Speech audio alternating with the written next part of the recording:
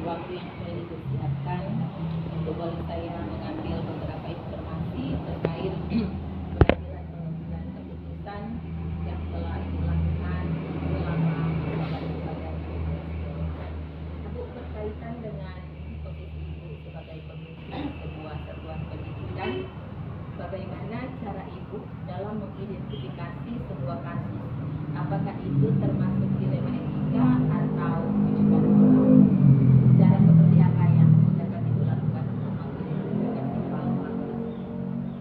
Nah, cara untuk mengidentifikasi hal-hal tersebut dalam hal ini dilema etika atau kebijakan rujukan moral, ada beberapa hal yang perlu diidentifikasi, yaitu pertama, dilema etika dan rujukan moral adalah dua masalah yang sering dialami dalam proses pengambilan keputusan.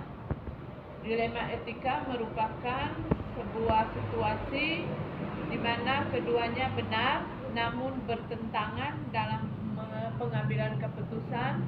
Dalam hal ini benar lawan benar. Nah, untuk rujukan moral adalah situasi ketika seseorang dihadapkan pada benar, salah ketika mengambil keputusan atau benar lawan salah.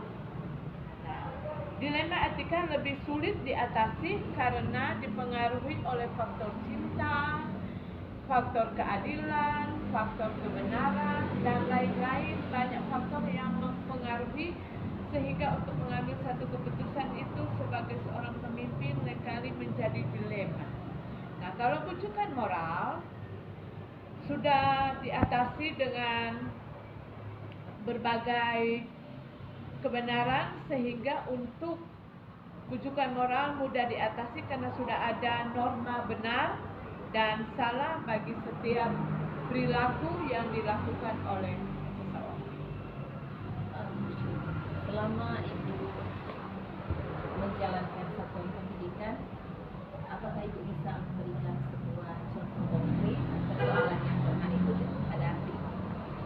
Nah, misalnya contoh konkret itu dalam sehari-hari menjalankan tugas, seperti dalam menghadapi anak-anak yang sering terlambat. Ketika anak-anak itu sering terlambat, tentu sebagai pemimpin harus memberikan pembinaan, harus memberikan teguran yang mendidik kepada anak-anak supaya tidak lagi terlambat. Dan pada dasarnya ketika sebagai pemimpin memberikan pembinaan atau arahan kepada peserta didik dalam terlambat mereka, pada dasarnya anak-anak sadar bahwa perilaku mereka yang sering terlambat itu tidak baik karena mempengaruhi sifat mereka dan pada akhirnya mereka ada perubahan sikap. Selama ini bagaimana Ibu menjalankan pengambilan keputusan di satuan pendidikan terkait ada dua kepentingan yang sama-sama benar atau mengandung nilai kebajikan? Tentu sebagai kepala sekolah, di dalam satu organisasi sekolah itu kan bukan hanya kepala sekolah, ada guru-guru. Jadi untuk mengambil satu keputusan, tentu sebagai pemimpin, pertama berkoordinasi dulu dengan wakil kepala sekolah. Ketika berkoordinasi, berkomunikasi dengan wakil kepala sekolah untuk mengambil satu keputusan, maka dari situ baru kita kumpul bersama guru-guru dalam hal ini mengadakan rapat dan menyampaikan masalah yang diperhadapkan di sekolah. Dan sebagai pimpinan tentu tidak boleh mengambil satu keputusan, tetapi harus dilemparkan kepada guru-guru bagaimana cara orang mengambil satu keputusan ini supaya dalam hal ini tidak ada yang dirugikan, tidak ada yang diuntungkan, karena untuk mengambil satu keputusan itu selalu harus berpihak kepada kedua belah pihak supaya tidak ada yang dirugikan dalam hal ini. Hal apa yang menurut Ibu paling efektif dilakukan ketika Ibu harus dihadapkan pada persoalan yang dilema ini? Hal yang perlu diambil atau dilakukan dalam hal ini yaitu tentu sebagai pemimpin bukan langsung memvonis, tetapi harus ada langkah-langkah melihat masalah ini bagaimana sehingga timbul ini masalah. Seperti Dora bilang, ada asap tentu ada api. Tidak mungkin kan ini masalah muncul kalau tidak ada hal-hal yang mendukung sehingga hal ini muncul. Jadi sebagai pemimpin tentu harus mencari tahu atau mengidentifikasi masalah apa yang ada sehingga timbul ini masalah tersebut. Hal-hal apa yang menurut Ibu paling menantang yang ditemukan ketika harus menyelesaikan persoalan dilema? Nah, hal yang paling menantang dalam hal ini karena berbicara dilema etika ini memang sangat boleh dikatakan perasaan. Karena kadang-kadang kan kalau orang mengambil itu dilema etika itu karena dia selalu dengan tuh perasaan, rasa, orang bilang tuh hari, aduh rasa begitu kasihan Kang. Jadi sebagai pemimpin tentu walaupun ada rasa perasaan yang begitu, tetapi ketika mengambil satu keputusan itu tentu harus mengambil keputusan yang tepat dan benar. Jangan memihak, karena dia begini membela dia, karena dia begini mempersalahkan dia. Dan memang itulah dilema sebagai seorang pemimpin, tentu tidak boleh memihak kepada siapa. Ketika memang dia melakukan hal yang tidak berkenan, melakukan hal yang tidak baik, dalam hal ini kesalahan-kesalahan, tentu sebagai pemimpin harus mengambil satu keputusan dan harus menyampaikan supaya hal tersebut tidak lagi dia lakukan, melainkan ada perubahan sikap. Dan apakah dalam menyelesaikan sebuah persoalan, sebuah dilema, itu memiliki jadwal tertentu? Misalkan persoalan itu harus segera diselesaikan di tempat itu juga, atau menunggu waktu yang tepat? Jadwal itu tentu kita lihat kasusnya. Nah, kalau dilema tersebut bisa diselesaikan secepat mungkin supaya tidak berlarut-larut, tentu harus diselesaikan secepat mungkin. Tetapi kalau kasus itu orang lihat sulit untuk diselesaikan, tentu sebagai kepala sekolah harus meminta pertimbangan terlebih dahulu seperti Ibu sudah sampaikan tadi, berbicara dulu dengan wakil, minta pendapat, kemudian minta pendapat.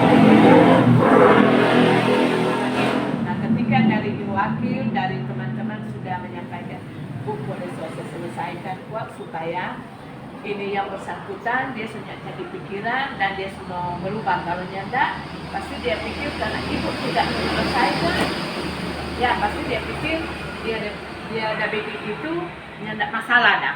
Jadi boleh begini. Jadi ada hal yang memang harus diselesaikan tepat waktu, tapi ada hal juga yang harus diselesaikan dalam waktu tidak terlalu lama, tetapi cepat supaya tidak berkepanjangan dan yang bersangkutan sudah menyadari yang mana tidak boleh. Karena kalau orang sebagai pemimpin menunda-nunda dengan sendirinya, dia pikir apa yang dia buat itu berarti pun. Apakah ada seseorang atau faktor-faktor yang selama ini mempermudah Ibu, membantu Ibu dalam melakukan pengambilan keputusan? Nah, faktor-faktor yang selama ini untuk mengambil suatu keputusan yaitu pertama faktor sosial, kedua faktor agama, ketiga faktor pengetahuan. Nah, dan masih banyak juga faktor-faktor yang mempermudah untuk mengambil satu keputusan, karena untuk memang kalau berbicara ini dilema etika seperti Ibu sudah sampaikan tadi, memang terlalu banyak di perasaan. Jadi ada faktor-faktor yang mendukung supaya ketika mengambil satu keputusan tidak, yang bersangkutan tidak merasa tersinggung, yang bersangkutan menerima semuanya itu dengan senang hati, supaya dalam hal ini kedua belah pihak, baik ibu sebagai pengambil keputusan dan yang menerima keputusan itu, tidak dirugikan dalam hal ini, supaya ketika menjalankan tugas kesehariannya tidak ada rasa canggung. Pastikan kalau ada rasa canggung pasti ada kepala sekolah sentimen. Biasa kan begitu, kepala sekolah somara, padahal itu tidak demikian. Dari semua hal-hal yang telah Ibu sampaikan, dari segala pengalaman yang telah Ibu temukan sebagai pemimpin satuan pendidikan, hal-hal apa kira-kira yang dapat dipetik menjadi hikmah dan direfleksikan sebagai pimpinan? Pentingnya yaitu pertama harus ada koordinasi, kedua juga harus ada komunikasi, harus ada kolaborasi, sehingga keputusan yang diambil merupakan keputusan yang terbaik dari yang baik.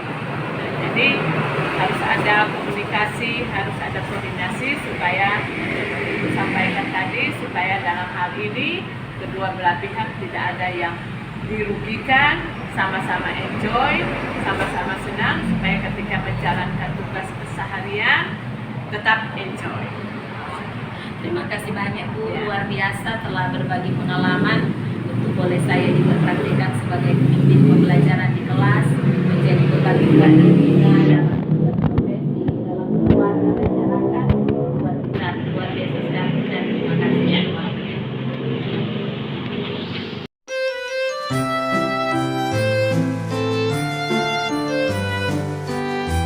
Oke, selamat sore Ibu Ke. Selamat sore juga. Ya, terima kasih untuk kesempatan mewawancarai untuk menggali informasi tentang bagaimana cara-cara seperti apa yang Ibu lakukan ketika harus berhadapan dengan persoalan-persoalan yang ada di satuan pendidikan di mana Ibu memimpin. Nah, bagaimana Ibu selama ini mengidentifikasi suatu persoalan atau suatu kasus, apakah itu dilema etika atau bujukan moral? Jadi terima kasih juga karena Kep diberikan kesempatan untuk diwawancarai oleh calon guru penggerak yang pasti senang sekali. Dan mengenai pertanyaan itu, jadi bagaimana sebagai pimpinan mengambil keputusan antara dilema etika dan juga bujukan moral. Jadi memang untuk mengambil keputusan itu sangat penting, karena kalau kita tidak mampu mengambil keputusan tentu tidak menghasilkan masalah, atau masalah tidak dapat diselesaikan, apalagi dilema moral. Jadi kalau dilema moral itu jadi bagaimana seorang pemimpin mengambil keputusan yang terbaik di antara dua, artinya benar dengan benar, toh. Jadi kita harus memutuskan yang mana yang paling benar. Dan bagaimana cara Ibu kemudian mengambil sebuah keputusan ketika dihadapkan pada dilema-dilema etika atau bujukan moral? Bagaimana cara Ibu akhirnya menentukan keputusan akhir ketika diperhadapkan pada masalah seperti itu? Jadi dalam menghadapi kasus-kasus yang ada, tentunya sebagai pimpinan mengklarifikasi dulu setiap masalah yang ditemui, baik itu kasus pada siswa sendiri atau juga pada guru. Jadi pimpinan juga mengidentifikasi bagaimana masalah sehingga kasus itu terjadi, seperti itu. Jadi itu merupakan prosedur-prosedur yang Ibu lakukan ketika dihadapkan pada sebuah persoalan. Oke, kemudian hal apa yang menurut Ibu sangat efektif untuk dilakukan atau digunakan pada saat pengambilan keputusan? Jadi hal yang paling efektif menurut Ibu dalam mengambil keputusan itu seperti apa? Ya, jadi seperti awal sebagai pimpinan tentu ketika ada masalah, baik itu kita temui masalah pada siswa pun kepada guru, jadi sebagai pimpinan tentu mengidentifikasi bagaimana persoalan sehingga kasus itu ada. Nah kemudian ketika kita mengidentifikasi, kita cari tahu sebenarnya bagaimana duduk persoalan dan masalah, baru kita selesaikan dengan cara tentunya mencari duduk permasalahan sehingga terjadi kasus-kasus itu. Selama Ibu menghadapi persoalan-persoalan, selama memimpin satuan pendidikan di mana Ibu ditempatkan, apakah hal yang paling menantang atau tantangan terbesar apa yang pernah dihadapi?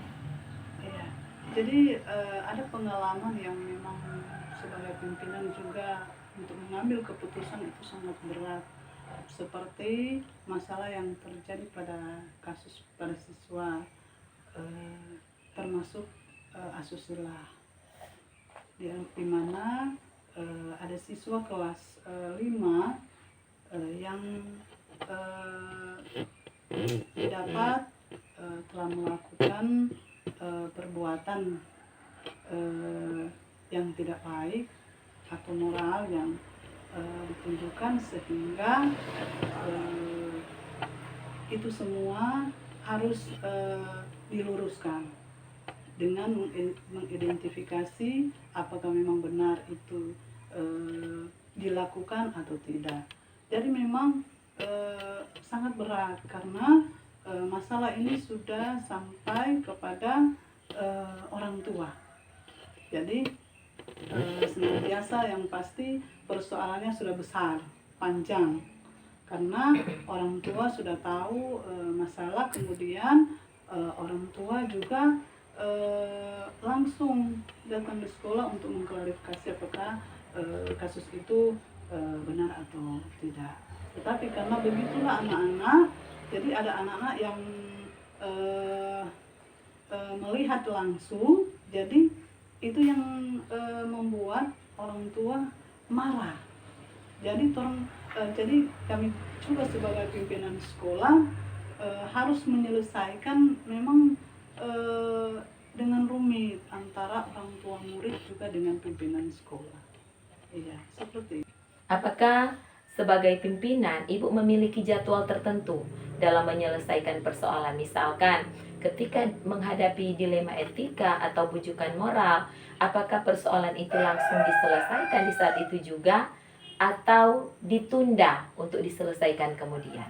Iya, jadi sesuai dengan pengalaman menjadi pimpinan sekolah, ketika ada masalah itu langsung diselesaikan, karena nanti itu akan berefek fatal untuk kegiatan di sekolah, seperti yang baru-baru terjadi, baik kasus pada siswa ataupun guru-guru, yang pasti memang harus diselesaikan.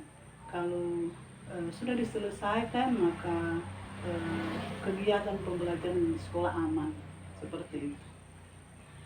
Apakah selama ini di dalam Ibu mengambil keputusan ada faktor-faktor pendukung atau seseorang atau kelompok yang membantu Ibu untuk mempermudah proses pengambilan keputusan? Iya, jadi yang pasti sebagai pimpinan juga ada orang-orang yang tentu harus bekerja sama, bukan cuma mengambil keputusan sendiri dari pimpinan sekolah. Jadi ketika ada masalah tentu kita harus tahu bagaimana cara penyelesaiannya, dengan siapa kita harus ketemu, baik ada pemerintah di dalam juga, misalnya kalau ada siswa, ada orang tua di dalam, yang harus bekerja sama menyelesaikan sama-sama bagaimana jalan terbaik dalam kasus yang dihadapi, seperti itu. Oke. Dan dari semua pengalaman yang Ibu dapati menghadapi persoalan-persoalan, dilema etika maupun bujukan moral, kira-kira hikmah apa yang bisa dipetik dan direfleksikan Ibu sendiri dalam berbagai persoalan yang dihadapi? Jadi hikmah dari apa yang dialami sebagai pemimpin di sekolah, jadi tentunya dalam sekolah itu memang bukan tidak ada permasalahan yang didapat, bukan tidak ada kasus yang ditemui, baik pada siswanya juga pada guru-gurunya. Sebagai pimpinan tentu harus mengontrol, pengontrolan itu harus kuat, baik itu pada siswa, pada guru-guru, dan selalu menjaga moral, sikap, karakter dari guru-guru, sehingga ketika terkontrol semuanya, maka sedikit ada kasus-kasus yang akan muncul. Tetapi kalau kurang pengontrolan dalam kegiatan di satu pendidikan seperti itu, seperti di sekolah kami, jadi kasus-kasus